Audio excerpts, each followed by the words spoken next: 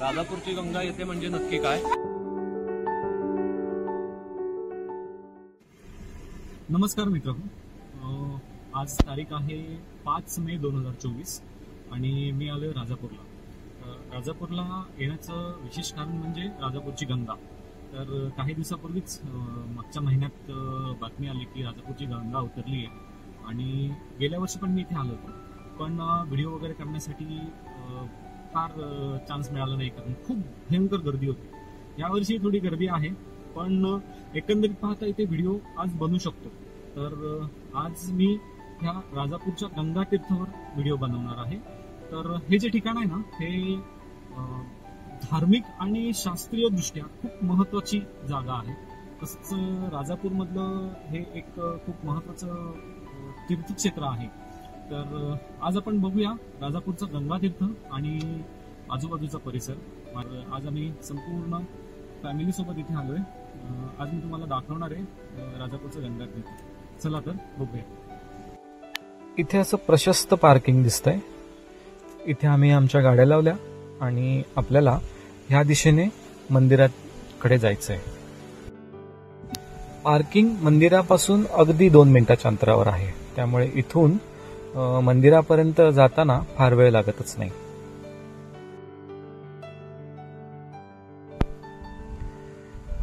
इथे पोचल्यानंतर आपल्याला दिसतंय भव्य असं महाद्वार, जे जांभ्या दगडात बांधून काढलेलं आहे. हे खरोखरच भव्य मोठं प्रवेशद्वार आहे. ह्या भव्य महाद्वारातून आपण आतमध्ये प्रवेश केल्यानंतर आपण मंदिर प्रांगणात पोहोचतो.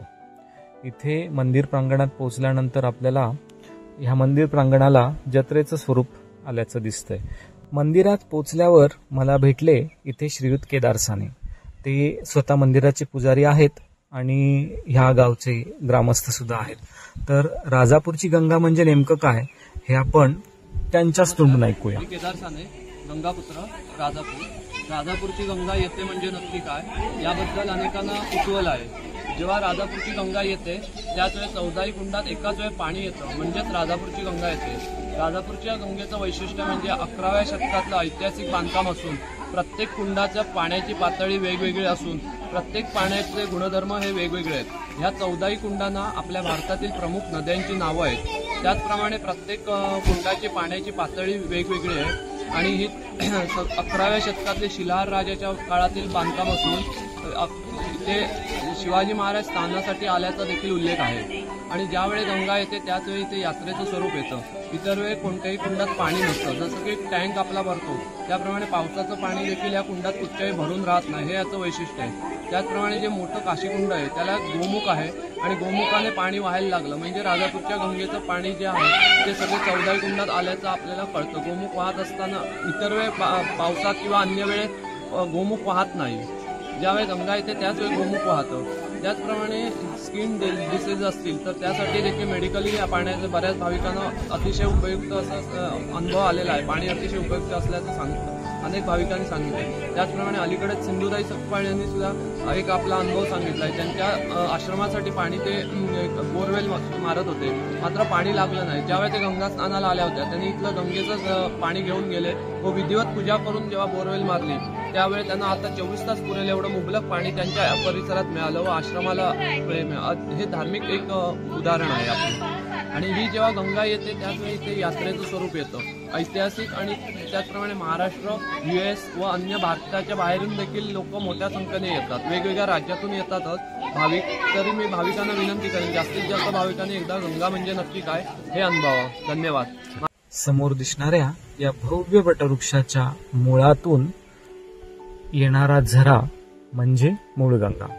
इथे एक छोटंसं कुंड आपल्याला दिसतंय आणि खालून छोट्या झरातून एक अविरत पाणी वाहताना दिसतंय, ते म्हणजे मूळगंगा. मूळगंगेच्या आजूबाजूला अनेक छोटी मोठी अशी 14 कुंड आहेत.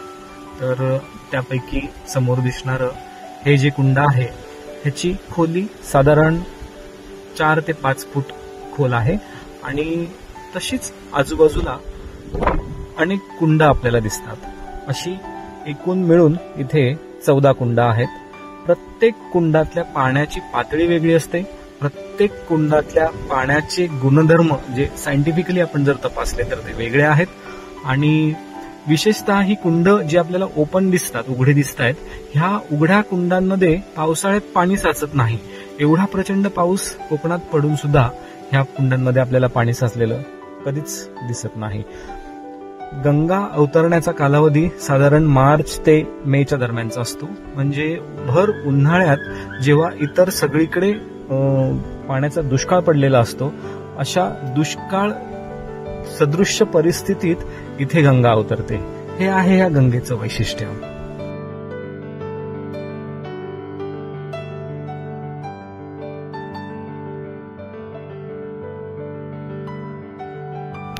आता आपण आहोत गंगा मातेच्या मूळ मंदिरात.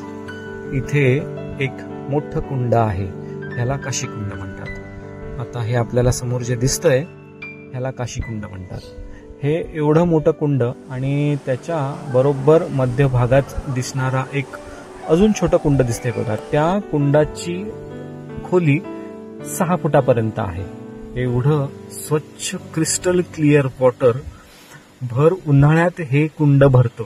म्हणजे इथे कुठलाही दुसरा वॉटर सोर्स नाहीये ज्याने हे कुंड भरेल. आणि ह्या काशी कुंडातल्या आतमध्ये दिसणारं हे जे छोटं कुंड आहे, ह्या कुंडातून एक रस्ता म्हणजे एक पाण्याचा प्रवाह ह्या गोमुखातून बाहेर पडतो. आता इथे आपण बघू शकतो की काशी कुंडातलं पाणी ह्या गोमुखातून बाहेर पडतं. पावसाळ्यात सुद्धा हे असं पाणी वाहत नाही जे भर उन्हाळ्यात वाहतं.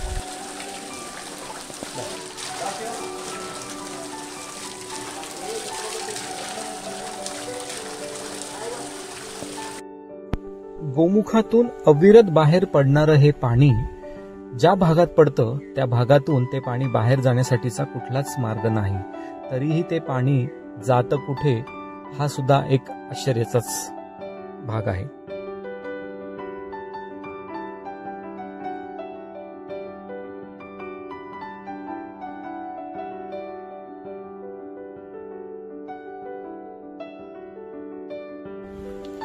मुख्य मंदिराच्या वरच्या बाजूला गेल्यानंतर आपल्याला इथे हे 2 खूप मोठे महावृक्ष दिसत आहेत बघा. आणि या महावृक्षांच्या खाली आहे श्री महादेवाचं मंदिर.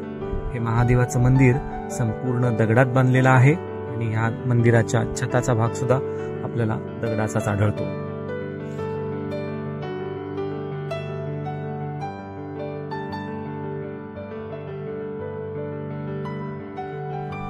महादेवाच्या मंदिराच्या वरच्या बाजूला आपल्याला ही अशी जुनी इमारत दिसते.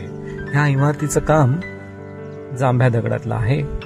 बहुधा ही भाविकांच्या कपडे बदलण्याची जागा त्या काळी केलेली असावी.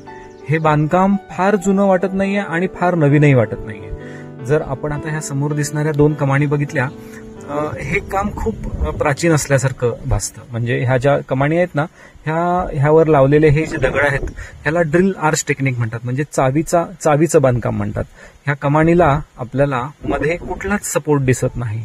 म्हणजे आताच्या काळातलं बांधकाम ह्याला शिगा आणि सिमेंट टाकून त्याला सपोर्ट दिलेला असतो. पण जुन्या काळात ह्या चावीच्या बांधकामाच्या कमानीला मध्ये कुठल्या सपोर्टची गरज नसते. तसंच ह्या ज्या मध्येच खोबणी केलेल्या आपल्याला आढळत आहेत ना भिंतीमध्ये, ह्या सुद्धा जुन्या कामाची साक्ष देत आहेत.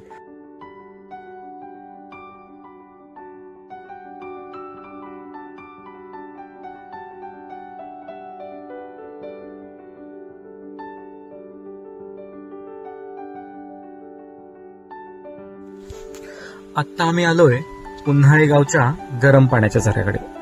गंगातीर्थ सुद्धा उन्हाळे गावातच आहे आणि गरम पाण्याचा झरा सुद्धा उन्हाळे गावातच आहे. एकीकडे संपूर्ण गाव दुष्काळ सदृश्य परिस्थितीत असताना अचानक ह्या गावात गंगा येते आणि त्याच गावात असलेलं हे दुसरं नैसर्गिक आश्चर्य म्हणजे इथे सतत वाहणारे गरम पाण्याचे झरे. दोन्ही ठिकाणं या उन्हाळे गावातच आहेत. इथे आपण खाली उतरून गेल्यानंतर आपल्या लक्षात येईल की इथे वर्षाचे 12 महिने दिवसाचे 24 तास पाणी वाहत असतं.